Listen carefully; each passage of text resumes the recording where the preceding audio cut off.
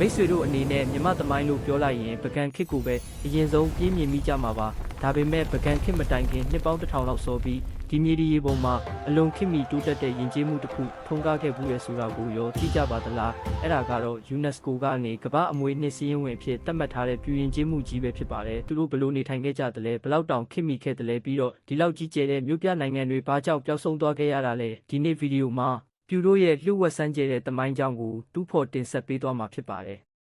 သမိုင်းပညာရှင်တွေရဲ့လေ့လာချက်အရပြူလူမျိုးတွေဟာခရစ်တက္ကရာအစောပိုင်းကာလတွေကတည်းကအေယာဝတီမြစ်ဝှမ်းတစ်လျှောက်မှာအခြေချနေထိုင်ခဲ့ကြတာဖြစ်ပါတယ်။ပြူခေတ်ဟာမြန်မာနိုင်ငံရဲ့သမိုင်းမှတ်တမ်းတွေမှာရှေးအကျဆုံးမြို့ပြယဉ်ကျေးမှုကာလလို့ပြောလို့ရပါတယ်။သူတို့ဟာစိုက်ပျိုးရေးကိုအခြေခံပြီးရေသွဲမြောင်းတွေတာတမန်တွေနဲ့စနစ်ကျတဲ့မြို့ပြတွေကိုတည်ဆောက်ခဲ့ကြပါတယ်။ဒီနေ့ခေတ်မှာကျွန်တော်တို့တွေ့မြင်နေရတဲ့ဟန်လင်းပေတနိုးနဲ့တရေခေတ္တရာဆိုတဲ့မြို့ဟောင်းကြီးတွေဟာတစ်ချိန်ကပြူမင်းတွေစိုးစံခဲ့ရထီးနှန်းတွေပဲဖြစ်ပါတယ်။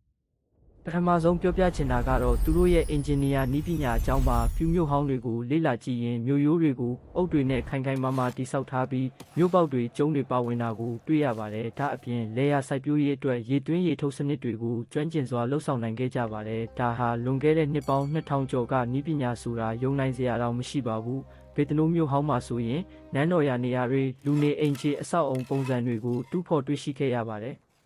ပြူလူမျိုးတွေဟာဗုဒ္ဓဘာသာကိုအလွန်ကိုင်းဆိုင်ခဲ့ကြပါတယ်။တရေခေတ္တရာမြို့ဟောင်းကနေတူးဖော်ရရှိခဲ့တဲ့ရွှေပေလွှာတွေပေါ်မှာပါဠိစာပေတွေရေးထိုးထားတာကိုတွေ့ရတဲ့အတွက်ပြူခေတ်ကလေးကစာပေယဉ်ကျေးမှုထွန်းကားခဲ့တယ်ဆိုတာသက်သေပြနေပါတယ်။သူတို့ရဲ့လက်မှုပညာဖြစ်တဲ့ပြူပူတီလို့ခေါ်တဲ့ကြောက်မြတ်ယတနာပဋိစေလေးတွေဟာဒီနေ့ခေတ်အထိတန်ဖိုးကြီးမားပြီးနိုင်ငံတကာကပါစိတ်ဝင်စားကြတဲ့အမှုပညာလက်ရာတွေဖြစ်ပါတယ်။သူတို့မှာကိုယ်ပိုင်ဂီတကိုယ်ပိုင်ကတွေရှိခဲ့ပြီးတရုတ်နိုင်ငံအေဂရစ်စီကိုတောင်တန်တမန်တွေစေလွှတ်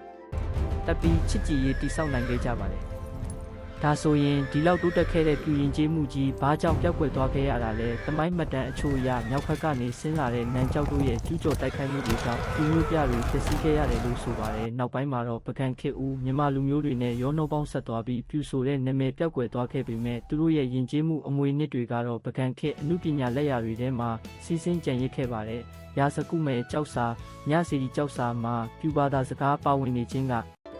ပကံခေတ်အစောပိုင်းထိပြူတွေရှိနေသေးတယ်ဆိုတာကိုသက်သေပြနေပါတယ်။ခြုံငုံကြည့်ရမယ်ဆိုရင်ပြူရင်ကျေးမှုဆိုတာမြမသမိုင်းရဲ့အုတ်မြစ်ကြီးတစ်ခုပါပဲ။ဟန်လင်းပေတနိုးနဲ့တရေခေတ္တရာမြို့ဟောင်း၃မြို့စလုံးဟာအခုဆိုရင် UNESCO ကမ္ဘာအမွေအနှစ်စည်းရင်းဝင်တွေဖြစ်နေပါပြီ။ဒါဟာကျွန်တော်တို့နိုင်ငံအတွက်ဂုဏ်ယူစရာသမိုင်းမှတ်တိုင်တွေပဲဖြစ်ပါတယ်။မိတ်ဆွေတို့ရောပြူမြို့ဟောင်းတွေကိုတွားရောက်လေ့လာပူးကြလားပြူပူတီတွေအကြောင်းရောဘာတွေကြားဘူးလဲကိုယ့်ရဲ့အမြင်လေးတွေကိုကွန်မန့်မှာမျှဝေပေးခဲ့ကြပါဦးဒီဗီဒီယိုလေးကိုနှစ်သက်တယ်ဆိုရင် like နဲ့ share လုပ်ပေးဖို့မမေ့ပါနဲ့နော်နောက်ထပ်ဗီဒီယိုတွေမှာပြန်လည်ဆုံတွေ့ကြပါမယ်